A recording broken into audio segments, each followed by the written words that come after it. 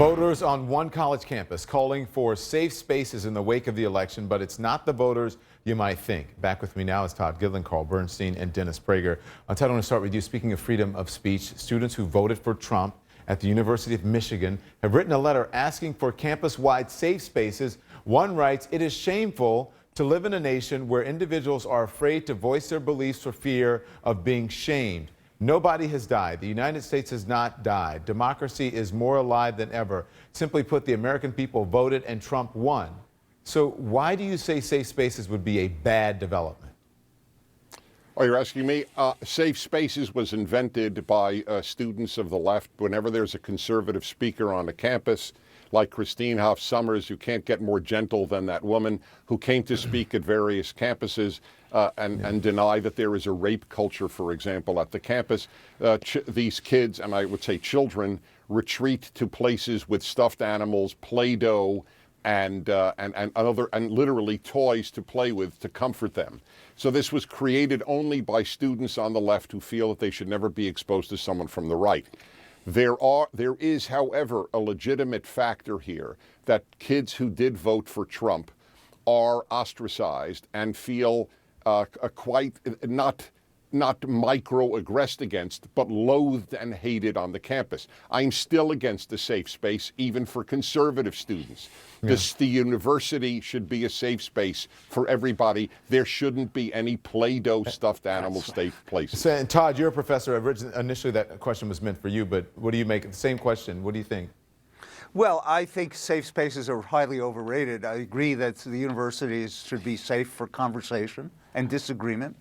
If there are Trump supporters at the University of Michigan, where I spent a couple of years, who are dismayed because other students don't agree with them, I say, stick up for what you believe. Don't go whining to the administration. That's supposed to be what soft pussy left people do. I agree. Come on. That's right. That's correct. That should be the monopoly of the left. Whoa, one at a time. That's something that everybody on this panel agrees on. That's right. The safest, Only for the left. Safest space is a free debate and respect for real debate. And this is nonsense that's been going on campuses and all those who have engendered it.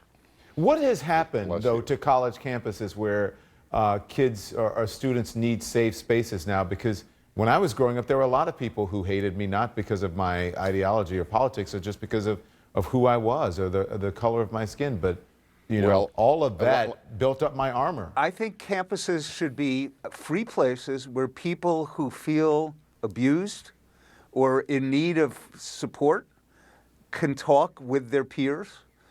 They shouldn't interfere with the public life of the campus. They shouldn't occupy the center of the campus.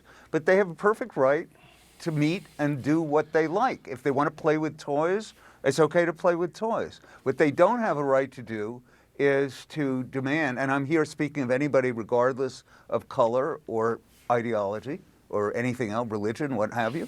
They don't have a right to be insulated from everyday life, which at a university is a place where people should be talking and arguing. Now, but where do you draw the line? Hold on. I got to add one thing. Go ahead. We live in a world in which black students have been abused. It's not the Trump people who've had swastikas painted on their environment.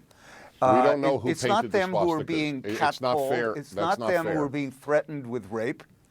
So I think, you know, I'm not somebody who thinks that students don't have right for self-protection. And I think that the university at large must be deeply committed to sustaining the dignity and the safety of every student. It's an assault on all students when one student is singled out and discriminated. But where do you draw the line? Do you draw the line with someone like Richard Spencer, you know, the white nationalist who spoke at Texas A&M? Where do you draw the line with that? Or look, when I was at the University of Michigan, George Lincoln Rockwell came to speak. He was the head of the American Nazi Party.